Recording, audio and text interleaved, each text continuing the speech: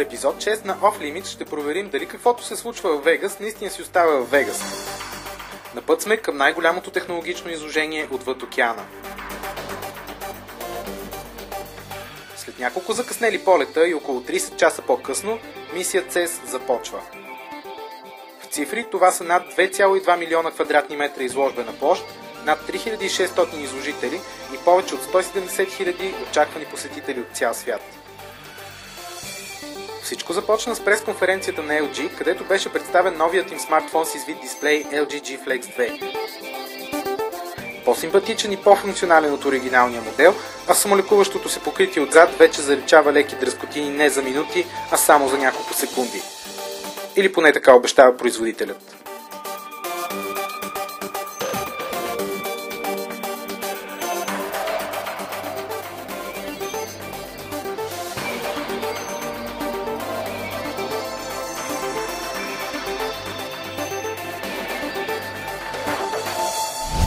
При Samsung на фокус бяха новите им Ultra HD телевизори с операционната система Tizen. Компанията не представи нов смартфон, но на щанда и за първи път разгледах обявените наскоро Galaxy A3 и A5, първите изцяло метални модели с Android от серията. Sony затвори първия ден на пресконференции с представянето на най-тънкия телевизор в света, пред чийто 4,9 мм профил дори Xperia Z3 изглежда с наднормено тегло.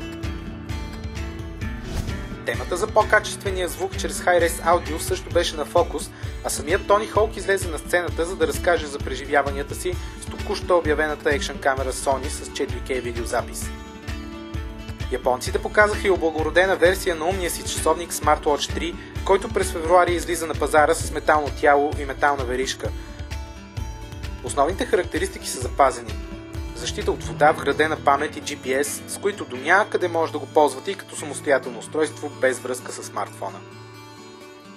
Изложението тази година беше доминирано още от дронове, пълзящи, летящи и скачащи роботи с най-различни предназначения или все още търсещи своето.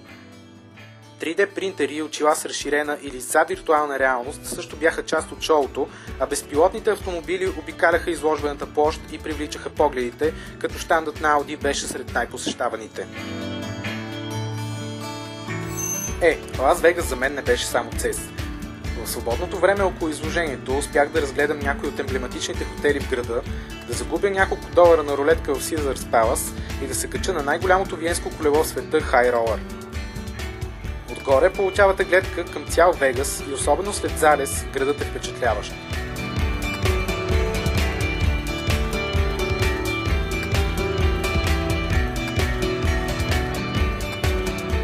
Последният ден беше запазен за кратко пътуване до Гранд Каньон в съседния щат Аризона.